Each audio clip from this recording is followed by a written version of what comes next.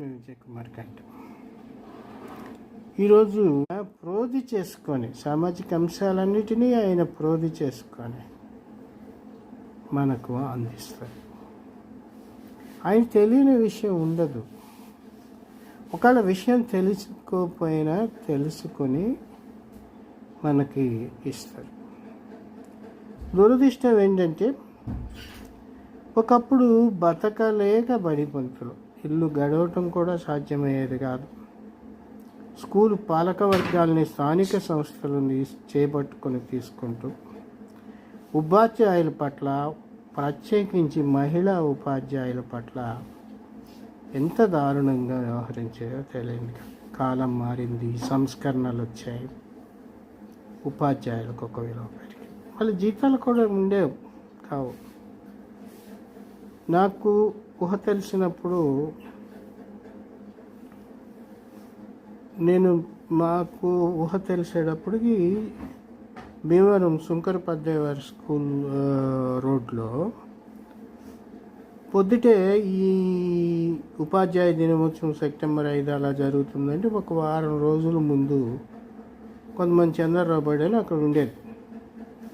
అయ్యగారు అక్కడ పిల్లల్ని తీసుకుని వచ్చి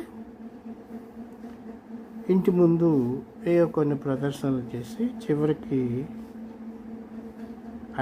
అయ్యవారికి చాలు 5 వరహాలు, మా పిల్లలకి చాలు పప్పు బెల్లాలని పడేవాడు. అప్పుడు దాని గురించి పెద్ద అవగాహన ఉండేది కాదు. ఒకసారి నాన్న అడిగాను ఏంటని. నాన్న ఎక్స్ప్లెయిన్ చేసి చెప్పారు. అప్పుడు పరిస్థితులు, ఉపాధ్యాయులు అలా ఉన్నారు. కాలం మారింది, ఉపాధ్యాయులకు కొన్ని హక్కులు వచ్చినాయి. కానీ ఇప్పటికీ కూడా అనేక చోట్ల ఏకోపాధ్యాయ పాఠశాలలు ఉంటున్నాయి. డిఎస్సీలు, మెగా డిఎస్సీలు. ఒక ప్రభుత్వం అని కాదు, ఏ ప్రభుత్వం ఇంకా ఆ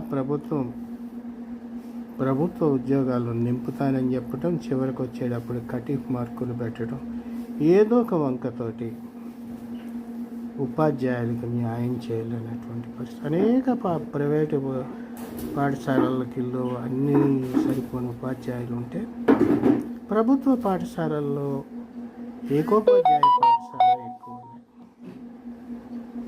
ఉపాధ్యాయుడు ఈ సమాజానికి వెలుగు, కరిగే కొవ్వొత్తి. అందువల్ల ప్రభుత్వ పాఠశాలలో మౌలిక వసతులు ఏర్పాటు చేయాలి. బిఈడి, టీటీసీ లాంటివి పూర్తి చేసిన వాళ్ళకి టెట్టు, బొట్టు లాంటి టెక్స్టులు పెట్టకుండా వాళ్ళ ప్రతి